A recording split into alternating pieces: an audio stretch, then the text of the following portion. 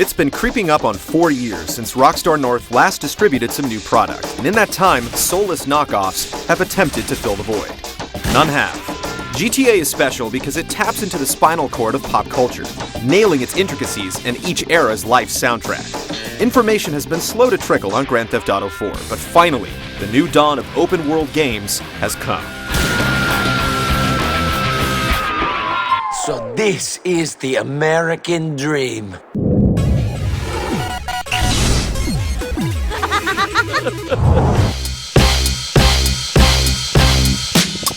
Streets paved with gold, mansions in the hills, and girls with implants are more than enough incentive for Niko Bellic to defect from the dregs of war-ravaged Eastern Europe to the welcoming shores of Liberty City.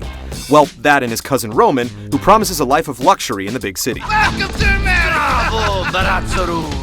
Fresh off the boat, Niko quickly realizes that the condo is a rat hole and the Benz is a taxicab. Screw you, you idiot! Okay, I'm an idiot, but you must admit, I have the best line in bullshit you ever heard. Yeah, this I know, asshole.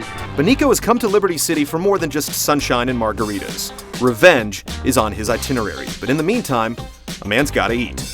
The seedy underbelly of Liberty City becomes his playground, and there are plenty of playmates around. Protagonists in prior games in the series have always been hard, and therefore hard to love.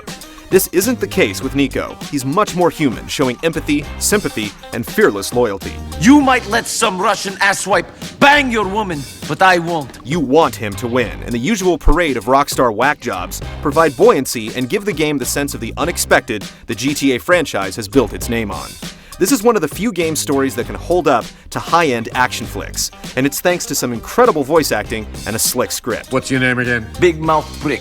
There, Cassius. Sit down. Cousin, Niko. That's it, Niko. Not Big Mouth Brick. You're a funny guy. I try. It's rare that you care about the characters in video games, but the plot shifts here won't come and go unnoticed. Where is our money? I don't know. I didn't rob you.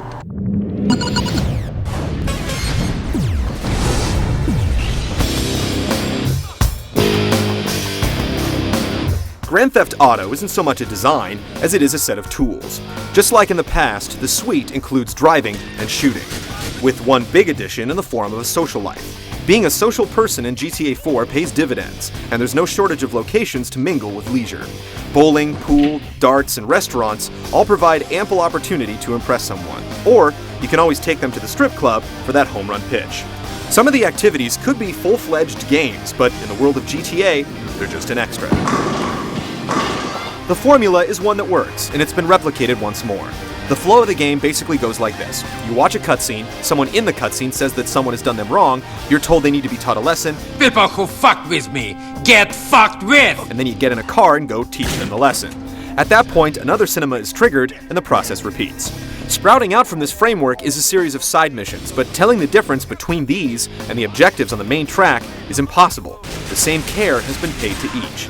You can choose to go down these craggy alleys to see where they end, or plow straight through the main quest and still get a healthy 30 hours out of it. Mission objectives make the most of the toys available, but that ultimately amounts to a lot of driving to a location and then killing everyone on sight. You get the occasional vehicle theft, and races are eventually available from one of Niko's friends, but it can definitely become a little repetitive. The beauty of this franchise is that if you begin to bend to the grind, you can go postal and just freestyle it. The farther you get in the game, the more acquaintances Niko makes. Keeping them all happy can be tough. Couple this with missions scattered all over the map, and it can become overwhelming, but it's all held together by the cell phone. The cell allows Niko to get mission objectives, coordinate dates, or receive special services and jobs from friends. It's also your gateway to the incredible multiplayer options. Straight from the single-player game, you can jump online and slug it out with 15 other players. They were the first ever online options for a console-based GTA game, and Rockstar hasn't just dipped its toe in the water. You begin by creating a fairly simple character, and then you can jump into the action across more than a dozen different gameplay types. Even the typical deathmatch isn't so typical when you have free reign over what amounts to the majority of New York City. There are no boundaries. You can go anywhere and do anything, but the anchor comes in the form of spawn points, weapon location, and game type. This playground provides some interesting propositions for cooperative play, as well as a myriad of competitive modes unlike anything you've played before. One mode has players racing to complete a set of missions, another has one team as the cops, and the other as the robbers. Even the racing is given a new twist when weapons are involved. You're not going to get much more mileage out of a $60 game than you will with Grand Theft Auto 4. The single-player mode will take a full work week to complete and has almost limitless replay value for creative types, and the customizable multiplayer is going to shock people.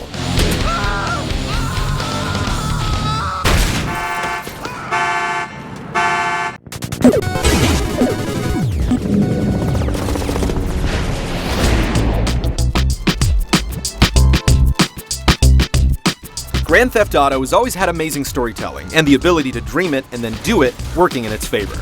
The one criticism that has been consistently leveled against it is that the gameplay sometimes feels like an afterthought.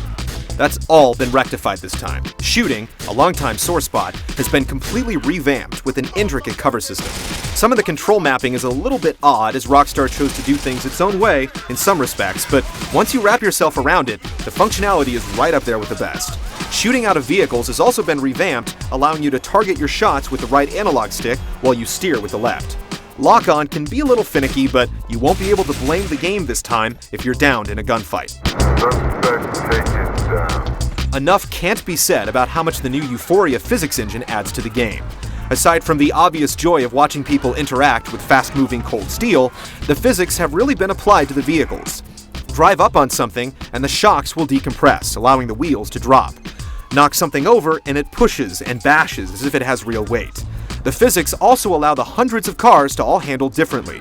If you play a lot of racing games, it can take a while to feel comfortable taking turns at high speed.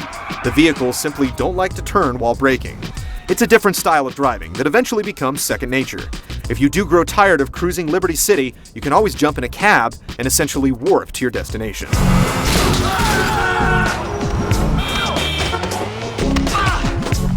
The foundation is poured with the shooting and driving, but the house is built on the details. You can stop by the Twat Internet Cafe and search the web for dates, check your email, or browse over 100 different websites. You can download ringtones and wallpapers for your cell phone, weave through traffic that changes based upon the time of day, press the B button at any time to get a cinematic view of the proceedings, or go to a cabaret for full-on performances that will boggle the mind. You'll see something new every time you play. This is definitely the most accessible GTA of the lot. A concerted effort has been made to stem the tide of controversy and frustration. Sure, you can pick up hookers and take them to a back alley, but the women are still clothed, and Nico often apologizes to his victims. Sorry! The difficulty has definitely been quelled. You'll go through long stretches of the game where you'll never die or fail a mission. The wanted system has also been tamed, as it's much easier to lose your wanted level with a new circular zone to escape. We completed the game with only being busted a couple of times. Toss in the elimination of the in-depth character evolution from San Andreas, and you have a much more streamlined game that more people will be able to enjoy.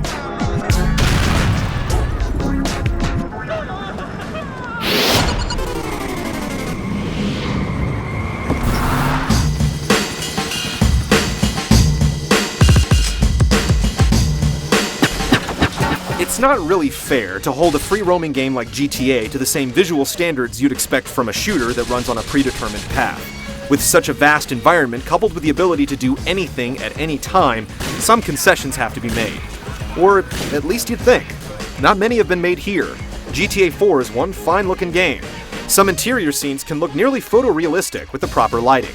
The constant day and night cycles dramatically affect the look of the city, and it can be breathtaking to drive across one of the large bridges with skyscrapers looming in the distance. Character models look great, with impressive lip syncing and emoting. We've only played the Xbox 360 version thus far, and it has moments where the frame rate fluctuates, and there are some visual glitches here and there, but there's no other game world as immersive as this one. Rockstar always has a knack for choosing just the right songs to set the tone of its games. Once again, it's hit a home run with Grand Theft Auto 4. There are undoubtedly some serious music lovers working at Rockstar North. They've managed to pluck the true gems from each genre from the muck and mire to deliver a track list that will make new fans of a lot of the artists involved. I said I'm riding with my top down, then my jury on. Hey, let's go. I'm in the hood bouncing, spray like a fountain, money like a mountain. Tell me why you pouting. Grand Theft Auto 4 is the sex, drugs, and rock and roll of video games. It's a little less brave and intimidating this time around, but it's also the most refined and polished game in the franchise's history. This kind of sheen is generally reserved for titles with a much smaller scope. It's been one of the marquee games in the industry for years, and the addition of a killer multiplayer component puts it over the top. Few games manage to deliver on the hype, but this is one that does.